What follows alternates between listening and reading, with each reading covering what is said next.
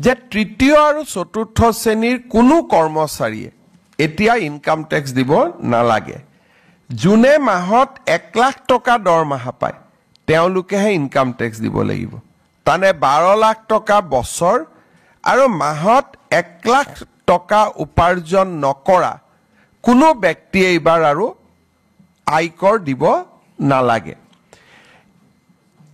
ইয়াৰ ফলত মই এক প্ৰকাৰ দেখা পাওঁ যে আমাৰ সৰকাৰি কৰ্মচাৰী প্ৰায় সকলোৱে ট্যাক্স আউটাৰ পৰা যাৰ বহুত দিন চাকৰি হোৱা নাই বিশেষকৈ নতুনকৈ চাকৰি যোগদান কৰা 5 বছৰ 10 বছৰ 15 বছৰ চাকৰি কৰা কোনো লোকে ইনকাম টেক্স দিব নালাগিব ব্যক্তিগত খণ্ডটো উদ্যোগসমূহতো কাম কৰা খুব কম মানুহে ইনকাম টেক্স দিব লাগিব এক প্ৰকাৰ